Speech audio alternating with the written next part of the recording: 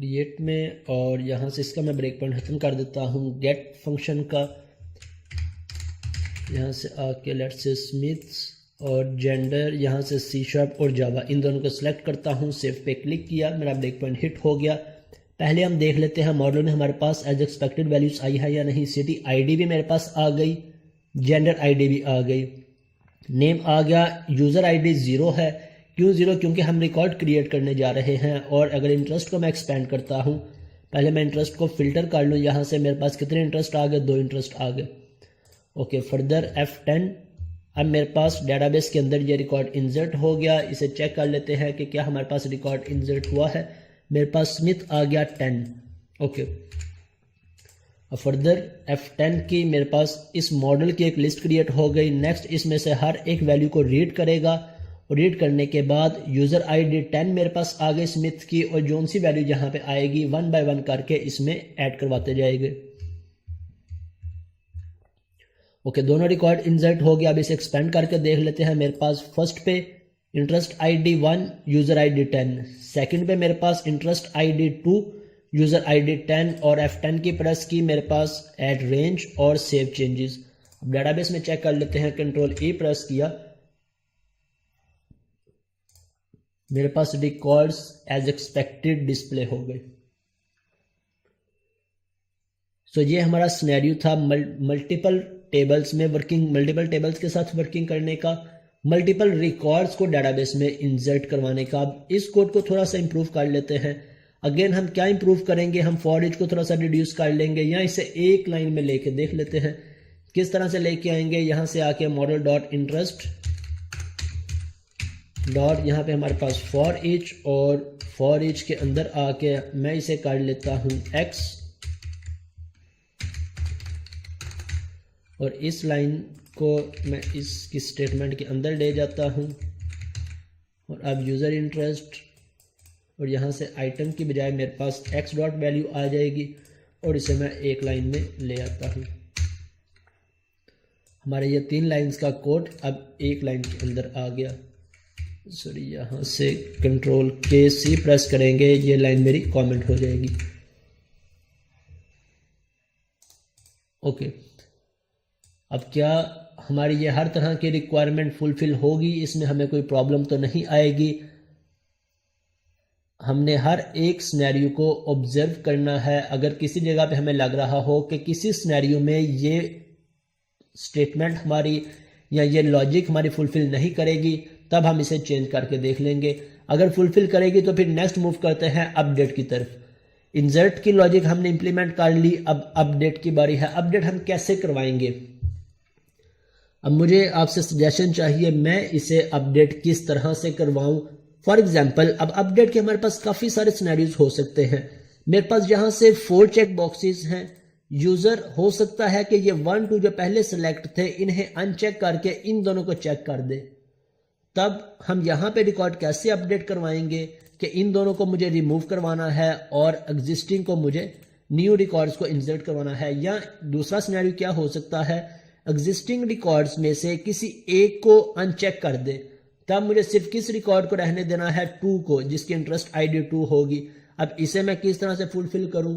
या हो सकता है यूजर इन सभी को अनचेक कर दे। तो अपडेट में तो हमारे पास काफी सारे सिनेरियोज हो सकते हैं। एक सिनेरियो ये भी हो सकता है कि इन्हें रहने दे और न्यू चेक बॉक्सेस को चेक कर दे। तो इसकी हम क्या लॉजिक इंप्लीमेंट कर सकते हैं? अगर आप में से किसी ने इस लॉजिक पे वर्किंग की है तो मुझे अपना सजेशन लाजमी दें, ताकि मेरी लॉजिक्स में भी इजाफा हो, मेरे पास भी और सिनेरियोज हों, या थोड़ी हम उस पर डिस्कशन कर सकें। जी सागर, अगर हम इसमें एक एक्स्ट्रा कॉलम क्रिएट कर लेते हैं इस एक्टिव का, तो उसका क्या फ़ायदा होगा? थोड़ा सा इसे इलेबोरेट करें आप। सागर का कहना है कि हम यहाँ पे इस टेबल में इस एक्टिव का एक न्यू कॉलम ऐड कर लें। अगर मैं इस एक्टिव का कॉलम ऐड कर लेता हूँ तो उससे मेरा क्या फ़ायदा होगा,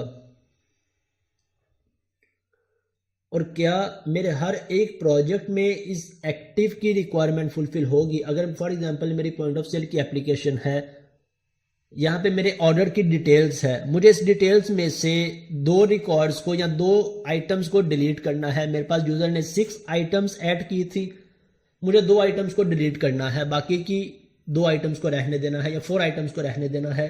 क्या इस एक्टिव की रिक्वायरमेंट उन सिनेरियोज में भी फुलफिल होगी? या इसी प्रोजेक्ट में हम एग्जांपल ले लें कि इस एक्टिव के साथ हर एक सिनेरियो फुलफिल हो जाएगा। अगर मैं इस एक्टिव करता हूं तो यहां से ये 2 के 2 में इंसर्ट करवाऊंगा या कितने रिकॉर्ड्स इसमें इंसर्ट करवाऊंगा? जी, क्या सिनेरियो कर सकते हैं हम? अब्दुल सलाम, बुशरा, मोहम्मद फैसल, मोहम्मद इमरान, नैयर, सागर, शिहाब। जी, मैं थोड़ा सा अपना फीडबैक देता हूँ इसमें। जी जी, जरूर दें। मैं पहले भी यूज किए इस तरह के सिनारियोज, इसमें कई सारे हो सकते हैं जैसे आपने कहा। मैंने जो पर्सनली यूज किए, मैं क्या करता था इस केस में, पिछले उस यूजर पर्टिकुलर यूजर के जितने भी चेक बॉक्स थे जो भी इंसर्ट किए हुए थे, जैसे मैंने 1 और 2 हमने ऐड किए हुए, तो पहले डिलीट कर देता था मैं पर्टिकुलर यूजर के सारे चॉइसेस, और फिर इंसर्ट करते थे। जैसे आपने इंसर्ट का ऑप्शन अभी किया तो उससे 2 ऑप्शन हमारे आगे जो सिलेक्टेड थे, तो मैं दो स्टेटमेंट देता था, पास करता था। पहले डिलीट करता था एग्जिस्टिंग और फिर न्यू जितने भी थे ऐड कर देता था, ये था। लेकिन जैसे सागर ने कहा कि हम इस एक्टिव का कॉलम ऐड कर ले, वो भी आई थिंक अच्छा ऑप्शन है। उसमें क्या होगा कि जितने भी चॉइसेस हैं हम ऑलरेडी ऐड कर देंगे उसके अंदर, उस पर्टिकुलर यूजर के अंडर में जितने भी चॉइसेस हैं सारे ऐड कर देंगे, और फिर इस एक्टिव वाला जो कॉलम है उसको ऑन ऑफ करते रहेंगे हम। अगर यूजर उसमें अपडेट करता है तो पिछले सारे इस एक्टिव वाले पहले हम निल करेंगे और फिर अपडेट करेंगे, जो जो नए नए चॉइसेस आए उनको सिर्फ एक्टिव कर देंगे। परफेक्ट। लेकिन उसमें भी क्या है कि पहले हमें सारे नील करने पड़ेंगे फर्स्ट क्वेरी चला के, और फिर उसको अपडेट करने होंगे जो एक्टिव है। बिल्कुल बिल्कुल। और कोई और अगर अपना एक्सपीरियंस शेयर करना चाहें इस सिनेरियो को हैंडल करने का? ओके, मैं इसे कंटिन्यू करता हूं। इस सिनेरियो को हैंडल करने के हमारे पास ये दोनों वेज ही बिल्कुल परफेक्ट हैं। एक, हम यहाँ से इस एक्टिव को यूज़ कर लें। अब इस एक्टिव के क्या बेनिफिट्स हैं, जब ये डाटा हम यहाँ पे डिस्प्ले करवाएंगे मैं उस वक्त इन्हें एक्सप्लेन करता हूँ। और सेकंड प्रोसेस जो मोस्टली हम यूज़ करते हैं कि पहले हमारे पास जितने रिकॉर्ड्स हैं हम इसे डिलीट कर दें और इसके बाद न्यू रिकॉर्ड जितने हैं उसे इंसर्ट करवा लें। अब इसका फ़ायदा क्या होगा कि हमें हर दफ़ा यहाँ से ये चेक एंड बैलेंस रखने की ज़रूरत नहीं होगी कि क्या मुझे इसमें से ये रिकॉर्ड डिलीट करना है और ये रहने देना है, या यूज़र ने 2 और रिकॉर्ड इंसर्ट करवाए उन्हें इंसर्ट करना है। सो जितने भी यूज़र चेक करेगा हम इन सब रिकॉर्ड, ये सारे रिकॉर्ड्स हमारे इसमें आ रहे होंगे मॉडल डॉट इंटरेस्ट लिस्ट में। हमारे पास एग्जिस्टिंग जो रिकॉर्ड हैं हम इन्हें डिलीट करके जो न्यू रिकॉर्ड आ रहा है उसे इसमें इंसर्ट करवा लेंगे। अब ये सिनेरियो हमारा हर एक रिक्वायरमेंट में एफिशिएंट सिनेरियो होगा, एफिशिएंट वे से इम्प्लीमेंट हो जाएगा। अगर हम इस एक्टिव को करते हैं तो इस एक्टिव हमारा इस सिनेरियो में परफेक्ट सिनेरियो है, इस सिचुएशन में परफेक्ट सिनेरियो है कि हम इस एक्टिव को यूज़ कर लें और जोन सा यूज़र ने चेकबॉक्स चेक किया है उसके लिए इस एक्टिव को 1 कर दें और बाकियों को 0 कर दें। इसका फ़ायदा क्या होगा ये भी हम देखेंगे। लेकिन अगर हम इस सिनेरियो को अपनी पॉइंट ऑफ सेल एप्लीकेशंस में या किसी भी दूसरी एप्लीकेशंस में यूज़ करते हैं जहाँ पे हमारे पास ऑर्डर्स को हम सेव करवा रहे हैं, अब ऑर्डर्स के लिए अगर हम इस एक्टिव 01 को यूज़ करेंगे, यहाँ पे मेरे पास ऑर्डर्स की डिटेल होगी।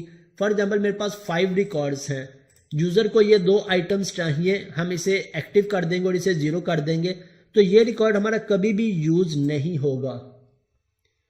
क्यों? क्योंकि इस ऑर्डर में से इनके अकॉर्डिंग मेरा बिल होगा, जबकि ये ऑर्डर्स, ये आइटम्स मेरी कभी भी यूज़ नहीं होंगी। सो ये हमारे डेटाबेस पे एक बोझ बनता जाएगा जितने ज़्यादा ऑर्डर्स इंक्रीज होते जाएंगे। सो हमने उन सिनेरियोज में ये भी देखना है कि ये सिनेरियो या ये लॉजिक हमारी परफेक्टली वर्क करेगी इस एक्टिव की या डिलीट की वर्क करेगी। इस केस में हमारी दोनों रिक्वायरमेंट्स परफेक्टली वर्क करेंगी। हम 1 बाय 1 करके इंप्लीमेंट कर लेते हैं किस तरह से।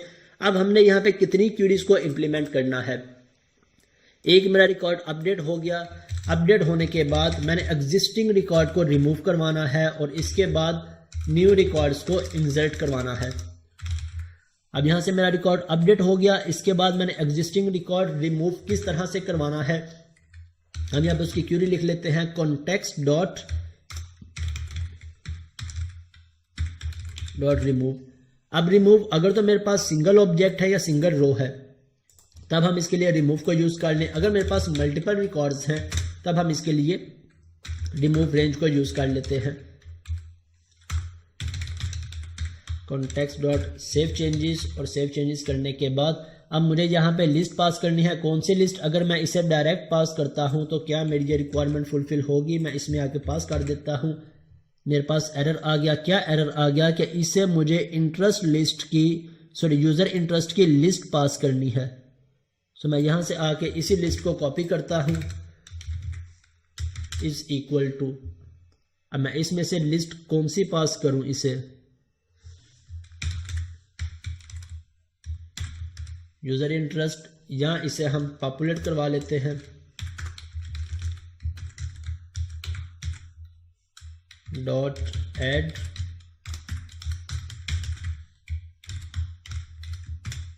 और हमारे पास इंटरेस्ट आईडी या यूजर आईडी आ जाएगी। इंटरेस्ट आईडी मेरे पास क्या इंटरेस्ट आ जाएगी, हम इसे रीड करके इसके अंदर ऐड करवा लेते हैं। इन दोनों लाइंस ऑफ स्टेटमेंट्स को मैं यहाँ से कॉपी करता हूँ और यहाँ पे पेस्ट कर लेता हूँ। मेरे पास यूजर इंटरेस्ट आ गई और इसे हमने अब रिमूव करवा देना है।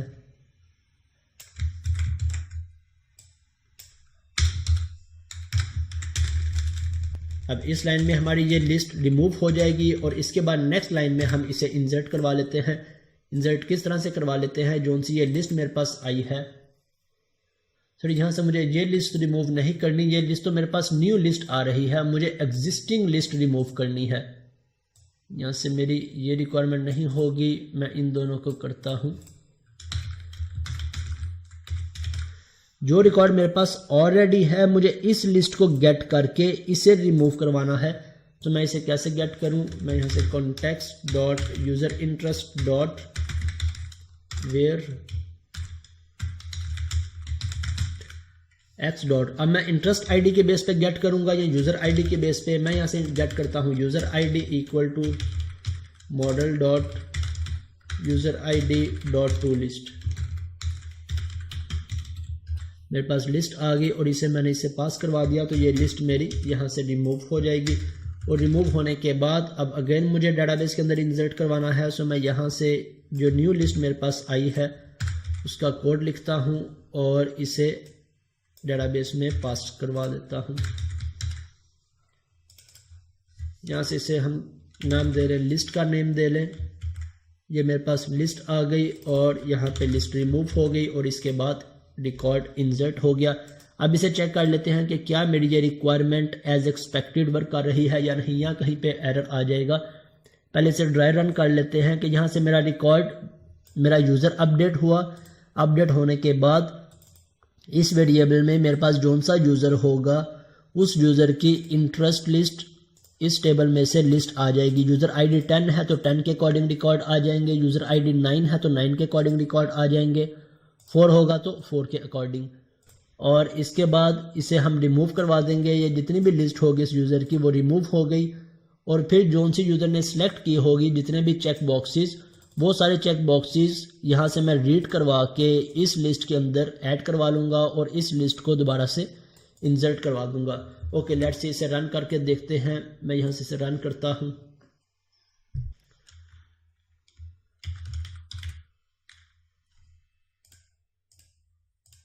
C# और जावा, मैंने यहाँ पे सेव पे क्लिक किया और यहाँ से नेक्स्ट यूज़र आईडी, अब मेरे पास रिकॉर्ड इंसर्ट हो गया और यहाँ से मेरे पास रिकॉर्ड इंसर्ट हो गया। मैं इसे चेक कर लेते हैं। अभी कंट्रोल E प्रेस किया, मेरे पास मार्क 01 और यूज़र आईडी 11 के अकॉर्डिंग मैंने 2 चेक किए थे, दोनों चेक हो गए। यहाँ से कंट्रोल, यहाँ से मैंने कंटिन्यू पे क्लिक किया। अब क्लिक करता हूँ मैं एडिट पे। एडिट में क्लिक किया, मेरे पास यहाँ से चेक नहीं आ रहे। यहाँ लेट्स इसी के अकॉर्डिंग मैं C# जावा की बजाय PHP और ASP को सिलेक्ट करता हूँ। अब मेरा ये रिकॉर्ड अपडेट होगा, चेक कर लेते हैं अपडेट होता है या नहीं। F10 की प्रेस की और इसके बाद यहाँ से मेरा रिकॉर्ड यूज़र का रिकॉर्ड अपडेट हो गया। और इसके बाद next context dot save changes, मेरा रिकॉर्ड डाटाबेस में से इंटरेस्ट लिस्ट इस 11 यूज़र की रिमूव हो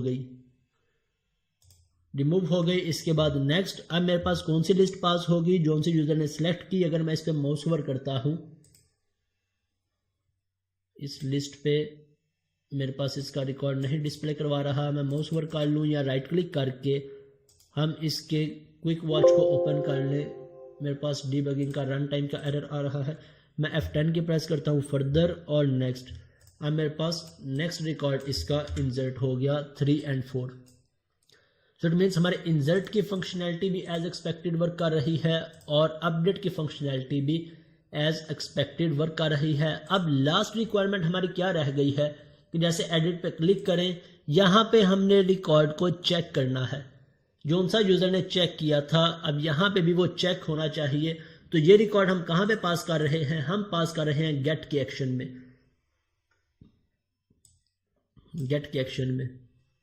अब गेट के एक्शन में हम कैसे पास कर सकते हैं, हमारे पास जहाँ पे हमने बात की इस सिलेक्ट लिस्ट आइटम के अंदर एक और प्रॉपर्टी होती है सिलेक्टेड की।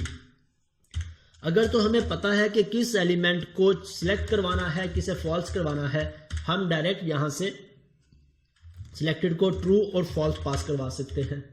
लेकिन अभी यहाँ पे हमारी कोई भी कंडीशन हमने यहाँ पे इंप्लीमेंट नहीं की कि इस एलिमेंट को सिलेक्ट करवाओ, इस एलिमेंट को अनसेलेक्ट करवाओ। हमारे जितने भी एलिमेंट्स हैं सभी अनसेलेक्ट ही हो रहे हैं। सो अब हम किस तरह से इसे सिलेक्ट करवाएं, यहाँ पे आके सागर का जो सजेशन था ये एज एक्सपेक्टेड परफेक्टली वर्क करेगा। किस तरह से कि अगर हम सभी इंटरेस्ट को डेटाबेस में इंसर्ट करवा लें, जोन से इंटरेस्ट यूजर ने सिलेक्ट किए होंगे उन्हें सिलेक्टेड ट्रू कर दें, जोन से यूजर ने अनसेलेक्ट किए होंगे उन्हें सिलेक्टेड फॉल्स कर दें, तो यहाँ पे आके हमारे पास इस सिलेक्टेड के अंदर भी वैल्यू आ जाएगी। डेटाबेस में हमारे पास नेम आ रहा है, इंटरेस्ट आईडी आ रही है, ये नेम आ रहा है इंटरेस्ट की आईडीज आ रही है। सो हम यहाँ से सिलेक्टेड की वैल्यू भी आ जाएगी, ट्रू फॉल्स की हमारी झंझट ही खत्म हो जाएगी। लेकिन अब हमारी रिक्वायरमेंट थोड़ी सी डिफरेंट है, हम यहाँ पे सिलेक्टेड किस तरह से लेके आए। मैं यहाँ से यूज़र इंटरेस्ट की लिस्ट गेट कर लेता हूँ, user interest equal to context dot user interest dot to list. इस लिस्ट में से अगर मैं फिल्टर कर लूँ रिकॉर्ड के जोन सा यूज़र ने चेक किया है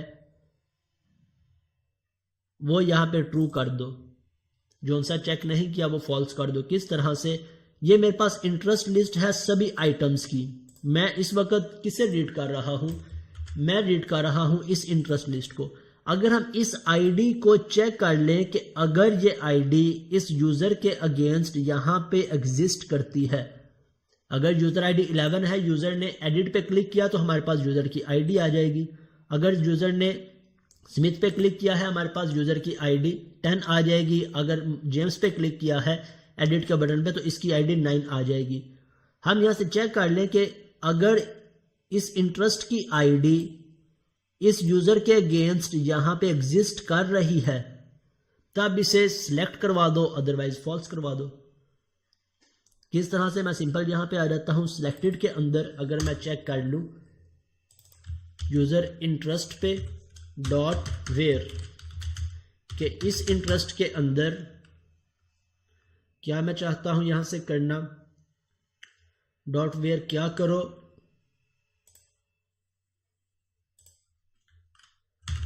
user ID double equal to जो मैंने जिस यूज़र पे एडिट पे यूज़र ने क्लिक किया उसकी आईडी हमारे पास यहाँ से आ गई, आईडी डॉट या यहाँ पे एंड लगा लें x dot interest ID double equal to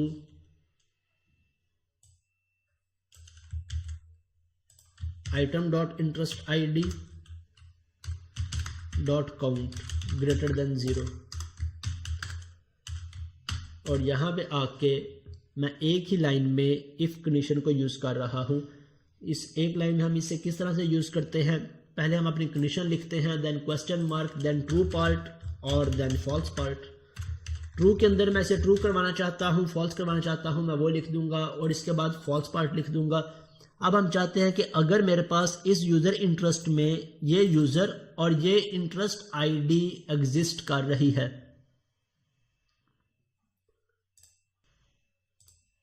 user ने 9 पे क्लिक किया, हम यहाँ से चेक कर रहे हैं कि फर्स्ट टाइम मेरे पास इंटरेस्ट आईडी आई 1 की, अब 1 के अगेंस्ट मेरे पास रिकॉर्ड है इस यूज़र के लिए तो वो मेरे पास रिटर्न करवा दे। या फिर हम इसे और सिंप्लीफाई करना चाहें, हम यहाँ से सभी इंटरेस्ट ही ना लेके आए, यूज़र इंटरेस्ट लेकर ना आए, हम सिर्फ यहाँ से फिल्टर करके डायरेक्ट यहाँ से ले आए where user ID double equal to ID. अब हमारे पास पर्टिकुलर उस यूज़र का रिकॉर्ड आ गया जिसकी हमने जिसके इंटरेस्ट को मैच करना है। अब यूज़र आईडी 9 था, हमारे पास 9 के रिकॉर्ड आ गए, यूज़र आईडी 10 था तो 10 के सिर्फ ये वाले रिकॉर्ड आ गए। अब हम चेक कर लेंगे कि इन रिकॉर्ड्स के अंदर ये आईडी एग्जिस्ट करती है या नहीं, ये आईडी एग्जिस्ट करती है या नहीं, ये आईडी एग्जिस्ट करती है या नहीं। तो यहां से भी अब हमारी कंडीशन थोड़ी सी रिड्यूस हो जाएगी। यूजर आईडी यहां से x dot interest ID double equal to item dot interest ID dot count. Count क्या करेगा कि अगर इसके अंदर कोई रिकॉर्ड होगा तो काउंट ग्रेटर देन 0 होगा, अगर कोई रिकॉर्ड नहीं होगा तो काउंट इसका 0 आ जाएगा। अगर तो ग्रेटर देन 0 है तो इसे ट्रू कर दो, अदरवाइज इसे फॉल्स कर दो। अब मेरे पास किस चीज का एरर आ रहा है, सिलेक्टेड।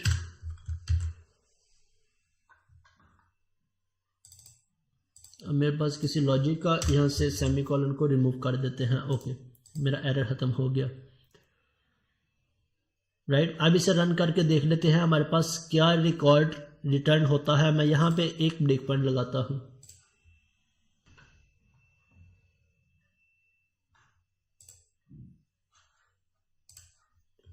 सॉरी, इसे हमने क्रिएट नहीं करना। मैं इस पे क्लिक करता हूं, एडिट पे, मार्क 01, मैंने एडिट पे क्लिक किया और मेरा ये ब्रेक पॉइंट हिट हो गया। अब इंटरेस्ट लिस्ट के अंदर मेरे पास सारे के सारे इंटरेस्ट आ गए 4 और यूजर इंटरेस्ट के अंदर जोन से इंटरेस्ट सिलेक्टेड थे ट्रू। अब मैं इन सब को रीड कर रहा हूं इंटरेस्ट लिस्ट को, और जोन सा रिकॉर्ड इसमें एग्जिस्ट करता है वो सिलेक्टेड ट्रू हो जाएगा। सो 1 बाय 1 करके अभी फर्स्ट एलिमेंट रीड हुआ, फर्स्ट का रिकॉर्ड देख लेते हैं, सिलेक्टेड। सॉरी, मेरे पास कहाँ पे गई मेरी लिस्ट, किस में ऐड करवा रहा हूँ, लिस्ट में कोई भी एलिमेंट अभी ऐड हो गया है। और सिलेक्टेड फॉल्स, क्यों फॉल्स, क्योंकि 1 इसके अकॉर्डिंग नहीं है, इसके अकॉर्डिंग 3 और 4 है। इसके बाद नेक्स्ट रिकॉर्ड, ये भी मेरे पास फॉल्स आ जाएगा। मैं इसे चेक कर लेता हूँ, ये भी मेरे पास सिलेक्टेड फॉल्स आ गया। इसके बाद नेक्स्ट रिकॉर्ड, और अब मेरे पास सिलेक्टेड ट्रू आ जाएगा PHP, और इसी तरह ASP भी सिलेक्टेड ट्रू हो जाएगा। तो ये रिक्वायरमेंट हमारी फुलफिल हो गई। इट मीन्स हम चाहे डिलीट का सिनेरियो वर्क करें चाहे इस एक्टिव का, अगर हमारी रिक्वायरमेंट्स, हमारी लॉजिक्स क्लियर है, हमें प्रॉब्लम नहीं होगी। हमें यह पता हो बस कि क्या ये सिनेरियो मेरा हर तरह के रिक्वायरमेंट फुलफिल करेगा, क्या ये लॉजिक इम्प्लीमेंट होगी यहाँ पे, अगर मैं इसे इम्प्लीमेंट करता हूँ तो क्या मेरी हर रिक्वायरमेंट फुलफिल होगी। तो हम उसके अकॉर्डिंग से इम्प्लीमेंट कर लेते हैं। नेक्स्ट F5 की प्रेस कर देता हूँ यहाँ से, तो अब मेरे पास ये दोनों चेक हो गए। मैं यहाँ से अब ब्रेक पॉइंट्स को डिसेबल करता हूँ सभी, ताकि मैं डायरेक्टली टेस्टिंग कर सकूँ इस पे। और यहाँ से मैं C# को चेक कर देता हूँ और ASP.NET को सेव पे क्लिक किया, मेरे पास रिकॉर्ड सेव हो गया। एडिट पे जाता हूँ वापस, C# और ASP.NET सेव है। मैं यहाँ से मार्क 01 के बजाय मार्क -02 कर देता हूँ इसे, और दुबई के बजाय अबू धाबी सेलेक्ट कर लेता हूँ, और C# की बजाय इसे मैं PHP को सिलेक्ट कर लेता हूँ। और अब चेक करते हैं क्या ये रिकॉर्ड अपडेट होता है या नहीं। ओके, PHP सिलेक्ट है, अबू धाबी सिलेक्ट है, नेम भी चेंज हो गया। इट मीन्स मेरे यूजर प्रोफाइल की ये तीनों के तीनों जितने फॉर्म एलिमेंट्स थे, ड्रॉप डाउन, रेडियो बटन्स और चेक बॉक्सेस, मैक्सिमम जो सिनेरियोज हो सकते थे हमने उन्हें लर्न कर लिया। अब इस टेम्पलेट को हम कहीं पे अपने पास सेव कर लें, किसी जगह पे इसका कोड सेव कर लें, ताकि हर दफ़ा हमें इतना टाइम इस पे स्पेंड ना करना पड़े। हम एक दफ़ा कोड को ओपन करें, थोड़ा सा अंडरस्टैंड करें और सिनेरियोज के अकॉर्डिंग, रिक्वायरमेंट्स के अकॉर्डिंग इम्प्लीमेंट कर लें।